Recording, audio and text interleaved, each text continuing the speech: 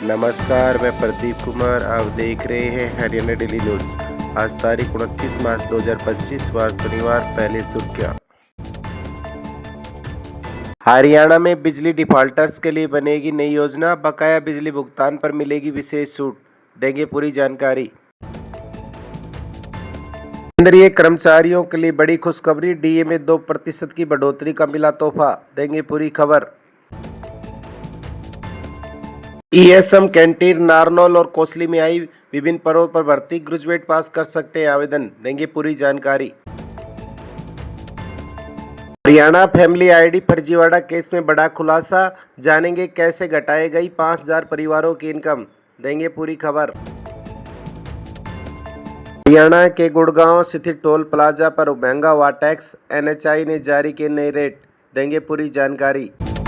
अब खबरें विस्तार से।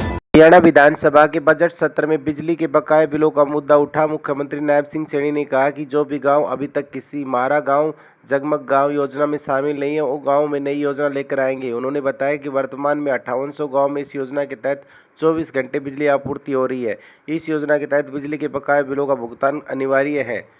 मुख्यमंत्री ने विधानसभा में संकेत दिए कि बाकी गांवों को भी इस योजना में शामिल करने के लिए बकाया बिलों के निपटान की योजना बनाई जा रही है। बता दें, नारनौल विधानसभा क्षेत्र में कांग्रेस विधायक जस्सी पेटेवाल ने बिजली विभाग पर गरीब लोगों के घरों में लाखों रुपए के बिल भेजने का मामला उठाया था, जिसे लेकर मुख्यमंत्री ने यह जानकारी दी। सीएम नायब सिंह सैनी ने कहा कि नारनौल हल्के में 55 गाँव हैं, जिनमें से एक भी गाँव महारा गाँव जगमग गाँव योजना में शामिल नहीं है। इन गाँव के लोगों ने अपना बकाया बिल अभी तक भरा नहीं है। इन गाँवों में 388 करोड़ रुपए बिजली बिल बकाया है। मुख्यमंत्री ने कहा, अगर विधायक लोगों को बकाया बिल भरने के लिए प्रेरित करते हैं तो हम इन बकाया बिजली बिलों के लिए एक स्कीम लेकर आएंगे और लोगों को इसमें छूट दी जाएगी। प्रधानमंत्री नरेंद्र मोदी की अध्यक्षता में हुई कैबिनेट बैठक में केंद्रीय कर्मचारियों के लिए बड़ी खुशखबरी सामने आई है। सरकार ने कर्मचारियों के महंगाई भत्ते में 2% की बढ़ोतरी का तोहफा दिया है। मोदी सरकार द्वारा मार्च महीने में डीए बढ़ोतरी को ऐलान किया गया है। ऐसे में 2 महीने का बकाया एक साथ जोड़कर मार्च की सैलरी में दिया जाएगा। सरकार ने इस बार डीए में 2% की बढ़ोतरी की है। इस बढ़ोतरी के बाद सरकारी कर्मचारियों का महंगाई भत्ता 53 से 55% हो गया है। यह बढ़ोतरी all India consumer price index CPI के जुलाई से दिसंबर के आंकड़ों के आधार पर की गई है। बता दें, महंगाई भत्ते की नई दरें जनवरी से जून महीने तक लागू होंगी।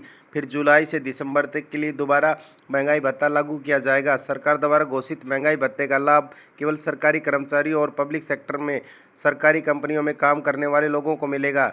इससे प्राइवेट सेक्टर में काम करने वाले लोगों को फायदा नहीं मिलेगा।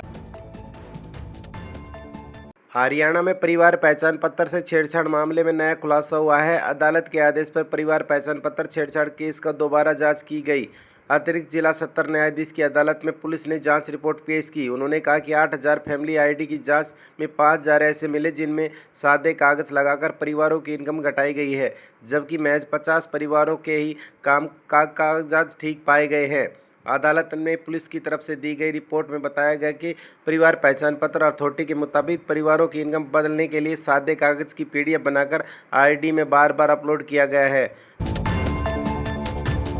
हरियाणा के गुड़गांव स्थित खिड़की दौला टोल प्लाजा पर वाहन चालकों को अपनी जेब से ज़्यादा ढीली करनी पड़ सकती है। दरअसल national highway authority of India द्वारा टोल टैक्स की नई दरों की लिस्ट जारी कर दी गई है, जिसके अनुसार टोल टैक्स में 5 रुपये का इजाफा किया गया है। यह बढ़ोतरी प्रति सिंगल जर्नी पर लागू होगा। ऐसा माना जा रहा है कि इस बढ़ोतरी के बाद बड़े वाहनों का सफ़र करना महंगा पड़ेगा। यहाँ हर रोज़ 60 से 70 हज़ार वाहन गुजरते हैं। ज़्यादातर वाहन मानेसर से दिल्ली या गुड़गांव के बीच यात्रा करते हैं।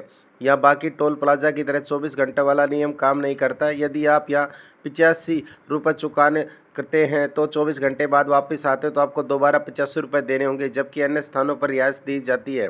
यह सिंगल जर्नी के हिसाब से टैक्स लेना पड़ता है।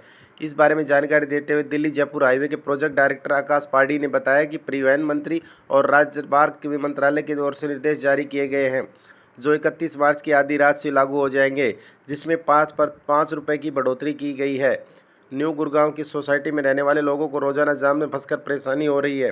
उन्होंने आ जाने वालों के लिए 170 रुपये का भुगतान करना पड़ता है। हालांकि राहत की बात यह है कि ताज़ा दरों में पर्सनल कारों के शुल्क में कोई बढ़ोतरी नहीं की गई है। पहले की तरह उन्हें 85 रुपये ही चुकाने होंगे।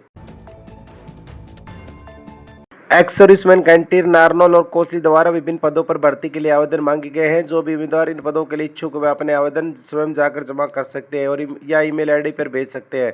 यह भर्ती 11 महीने के कॉन्ट्रैक्ट पे आधार भी की जाएगी। पदों के संबंधित सभी जानकारी, आवेदन भेजने की प्रक्रिया, आवेदन भेजने के माध्यम और आयु सीमा और नोटिफिकेशन के द्वारा पब्लिश की गई है।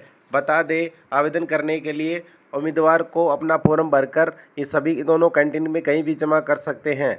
पोस्ट की बात करें तो मैनेजर, असिस्टेंट मैनेजर और अकाउंटेंट के 3 पद शामिल हैं।